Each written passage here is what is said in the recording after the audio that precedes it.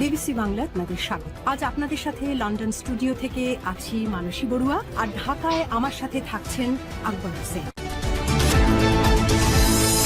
বাংলাদেশের সর্বশেষ গুরুত্বপূর্ণ আপডেট সংবাদে আপনাকে স্বাগত। শুরুতেই সংবাদ শিরোনাম, পরে বিস্তারিত। প্রথমেই জানাবো, এমপির গাড়িতে হামলা, পৌর স্বেচ্ছাসেবক দলের সদস্য সচিব সহ গ্রেপ্তার 2। সিরাজগঞ্জ 3, রায়গঞ্জ তারা শাসনে সংসদ সদস্য ভিপি আইনুল হকের গাড়িবহরে হামলা ভাঙচুরের ঘটনায় রায়গঞ্জ পৌর স্বেচ্ছাসেবক দলের সদস্য সচিব মোহাম্মদ গোলাম মুক্তাদির সহ 2 জনকে গ্রেপ্তার করেছে পুলিশ আজ। সিরাজগঞ্জে অতিরিক্ত police super Raiganj circle Saiful Islam Khan বিষয়টি নিশ্চিত করেছেন।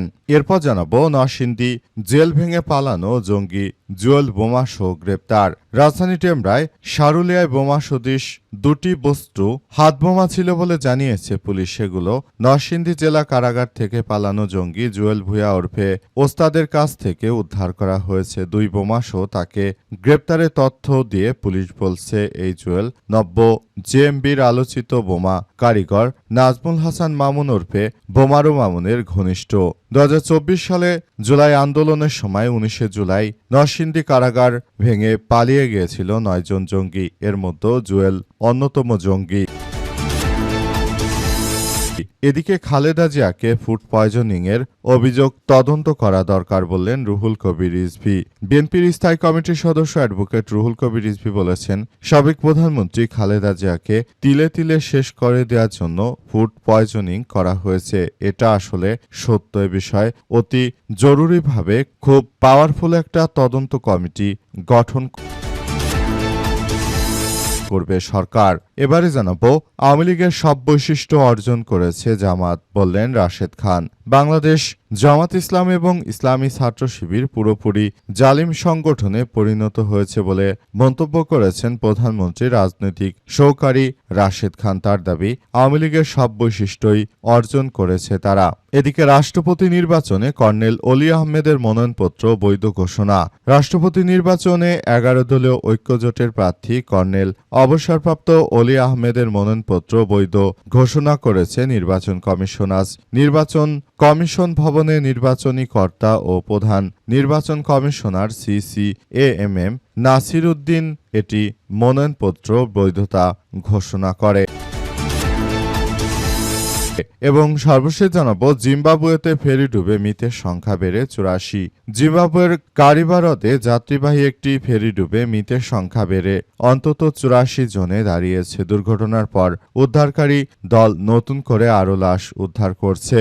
জিম্বাবুয়ে জাতীয় পুলিশ জানিয়েছে, 16 আগস্ট সামাজিক যোগাযোগ মাধ্যম এক্সে দেয়া পোস্টে জানায়, সর্বশেষ 4টি লাশ উদ্ধার করা হয়েছে। দুর্ঘটনাস্থলে উদ্ধার অভিযান অব্যাহত রয়েছে বলেও জানিয়েছে জিম্বাবুয়ের পুলিশের সদস্যরা। এই ঘটনায় এখন পরিস্থিতি থমথমে অবস্থা বিরাজ করছে। আসলে বলা যাচ্ছে না এখন পর্যন্ত শেষ পর্যন্ত এই মৃতের সংখ্যা কত হতে পারে, তবে 84 জন যাত্রী মারা গেছে সেটি নিশ্চিত করা হয়েছে। প্রিয় দর্শক, এতক্ষণ শুনছিলেন সংবাদ শিরোনাম, এবারে বিস্তারিত। তবে তার আগে বন্ধুরা, অনুরোধ থাকবে এই সংবাদটিতে একটি লাইক দিন।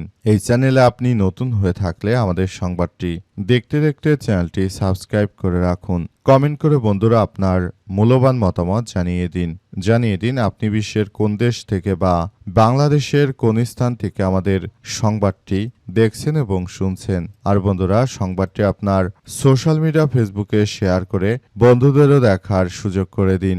গাজা যুদ্ধে আপনি যদি নিরীহ ফিলিস্তিনিদের ভালোবেসে থাকেন বন্ধুরা, কমেন্টে ইয়েস লিখে পুরো বিশ্ববাসীকে আমাদের এই তাজা আপডেটটি দেখার সুযোগ করে দিন। এবারে বিস্তারিত। আর বন্ধুরা, দেখতেই থাকুন আমাদের এই লেটেস্ট আপডেট সংবাদ।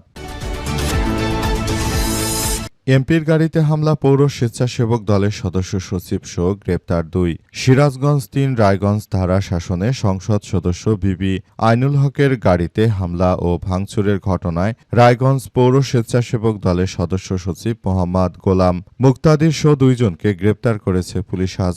সিরাজগঞ্জে অতিরিক্ত police circle Raiganj circle Saiful Islam Khan বিষয়টি নিশ্চিত করেছেন পুলিশ সূত্র থেকে জানা গেছে যে, মামলার 8 নং এজাহারভুক্ত আসামি মোহাম্মদ গোলাম মুক্তাদিরকে জেলা গোয়েন্দা শাখা ডিবি অভিযান চালিয়ে গ্রেপ্তার করে। একই দিন বিকেলে রায়গঞ্জ উপজেলা সদর ধানগড়া মহিলা ডিগ্রি কলেজের সামনে অবস্থিত একটি ক্যাফে থেকে আলমগীর হোসেন নামে আরও একজনকে গ্রেপ্তার করা হয়। এর আগে সন্ধ্যায় রায়গঞ্জ উপজেলার ধানগড়া বাজার এলাকায় সংসদ সদস্য বিপি আইনুল হকের গাড়িতে হামলা ও ভাঙচুরের ঘটনা ঘটে। এই ঘটনায় শনিবার রাত ও স্থানীয় বিএনপি নেতা শামীমুল হাসান বাদী হয়ে রায়গঞ্জ থানায় একটি মামলা দায়ের করেন। মামলায় 15 জনের নাম উল্লেখ করা হয়েছে। এছাড়া অজ্ঞাতনামা আরও 30 থেকে 40 জনকে আসামি করা হয়েছে। এই ঘটনার পর পুরো এলাকায় পরিস্থিতি থমথমে অবস্থা বিরাজ করছে। পুরো এলাকায় এই মুহূর্তে আসলে শেষ পর্যন্ত কি হতে চলেছে সেটি সম্পর্কে কেউই অনুমান করতে পারছে না। সারা দেশে বিএনপির এই সন্ত্রাসী চাঁদাবাজরা তারা যে ধরনের কার্যক্রম ও বিপজ্জনক পরিস্থিতির সৃষ্টি করছে সেটা আসলে কোনোভাবেই গ্রহণযোগ্য হতে পারে না। তারা দেশের অভ্যন্তরে বিভিন্ন জায়গায় জায়গায় ঢুকে তারা আসলে এইসব বিষয়গুলোকে খুবই গুরুত্ব সহকারে এই ধরনের কার্যক্রম চালিয়ে যাচ্ছে। তারা মূলত এমন কিছু করতে চায় সেটা সবার জন্য খুবই এক বিপজ্জনক অধ্যায় হিসেবে দাঁড়িয়েছে। অবস্থা চলতে থাকলে সবাইকে আরও বেশি সতর্ক অবস্থানে থাকতে হবে। দেশটাকে এক ভয়াবহ মগের মুলুকে তারা পরিণত করতে চায়, সেখান থেকে দেশকে বের করে আনতে হবে যাতে করে দেশ ভবিষ্যতের বাংলাদেশের মধ্য দিয়ে এগিয়ে যেতে পারে। অবস্থা যদি চলতে থাকে তাহলে হয়তো এর আর কোনো শেষ হবে না। এটাই খুবই এক ভয়াবহ বিপর্যয়কর পরিস্থিতির মধ্য দিয়ে চলে যাবে। এর থেকে বেরিয়ে আসতে হবে সবাইকে, আরও বেশি সতর্ক অবস্থানে থাকতে হবে। নরসিংদী জেল ভেঙে পালানো জঙ্গি জুয়েল বোমাসহ গ্রেপ্তার। রাজধানীর ডেমরা সারুলিয়ায় বোমা সদৃশ বস্তুসহ উদ্ধার করা হয়েছে এবং এক সন্ত্রাসীকে আটক করা হয়েছে। তিনি জুলাইয়ে জেল থেকে পালিয়ে গিয়েছিলেন। শেখ হাসিনা যখন পালিয়ে গেল তখন তিনি নরসিংদীর জেল থেকে 2024 সালের 19 জুলাই পালিয়ে গিয়েছেন। 2 বোমাসহ তাকে গ্রেপ্তারের কথা জানিয়েছে পুলিশের সদস্যরাই। জুয়েল নব্য জেএমবির আলোচিত বোমার কারিগর নাজমুল হাসান মামুন ওরফে বোমারু মামুনের ঘনিষ্ঠ সহযোগী বলে জানা গেছে। আবারও দেশকে উত্তাল করার জন্য সব সন্ত্রাসীরা তারা বোমা হামলা শুরু করেছে। কি শুরু হয়েছে দেশে? একসময় বিএনপি সরকার ক্ষমতা আসলে এমন জঙ্গি সংগঠন বাংলাদেশে মাথাচাড়া দিয়ে উঠেছিল। বর্তমানে আবার ঠিক একই কায়দায় মূলত বাংলাদেশে এই জঙ্গি সংগঠন মাথাচাড়া দিয়ে উঠেছে। এই হাতবোমাসহ সন্ত্রাসীদেরকে আটক করার বিষয়টি জানিয়েছে ডিএমপির সদস্যরা। জানা গেছে যে 2024 সালে যখন বাংলাদেশে আন্দোলন চলছিল সেখান থেকে মূলত উক্ত সন্ত্রাসী পালিয়ে গিয়েছিল। এরপরই দীর্ঘদিন পর আবার এই বোমার সঙ্গেই তার সম্পৃক্ততা রয়েছে বলে জানা যায় এবং অবশেষে তিনি আবারও সেই বোমা নিয়ে বিতর্কিতভাবে আটক হয়েছেন। সেটি আমাদের জন্য খুবই দুঃখজনক ব্যাপার। আমরা এই বোমা সদৃশ বস্তু সহ তাকে গ্রেপ্তারের যে ঘটনা ঘটেছে এর জন্য পুলিশের সদস্যদের প্রতি কৃতজ্ঞতা এবং প্রশংসা। কারণ এসব সন্ত্রাসীরাই তারা দেশটাকে ধ্বংস করতে খুবই ভয়াবহ এক চক্রান্তে মেতে উঠেছিল। সেখান থেকে মূলত বর্তমান সময়ে আরও বেশি সবাইকে সচেতন থাকতে হবে। খালেদা জিয়াকে ফুড পয়জনিং করে হত্যা করা হয়েছে, এজন্য শক্ত একটি তদন্ত কমিটি গঠন করা হবে বলে জানিয়েছেন রুহুল কবির রিজভী। বিএনপি সিনিয়র যুগ্ম মহাসচিব অ্যাডভোকেট রুহুল কবির রিজভী জানিয়েছেন যে বর্তমান সময়ে যে ধরনের কার্যক্রম চলছে এখান থেকে আসলে বের হয়ে আসতে হবে। দেশটাকে এই বিএনপির ভয়াবহ সন্ত্রাসের অভয়ারণ্য থেকে বেরিয়ে আসতে হবে। তাছাড়া দেশ আর ভালো অবস্থানে থাকতে পারবে না। দেশটাকে যেভাবে বিএনপি এই ভয়াবহ বিপর্যয়কর পরিস্থিতির মধ্যে ঠেলে দিচ্ছে সেখান থেকে আমাদেরকে বেরিয়ে আসতে হবে। দেশটাকে যে ভয়াবহ বিপর্যয়কর পরিস্থিতির মধ্য দিয়ে ঠেলে দিচ্ছে সেখান থেকে বেরিয়ে এসে আওয়ামী দুর্বৃত্তদের বিরুদ্ধে যথাযথ ব্যবস্থা গ্রহণ করতে হবে। কারণ খালেদা জিয়া একজন সুস্থ মানুষ গিয়েছিলেন জেলে, সেখান থেকে যখন তিনি বেরিয়ে এসেছেন তখন তাকে দেখে মনে হয়েছে তিনি আর আগের মতো নেই। তাকে ফুড পয়জনিং করে পালিয়ে যাওয়া স্বৈরাচার ফ্যাসিস্ট সরকার এই ধরনের ঘটনা ঘটিয়েছিল।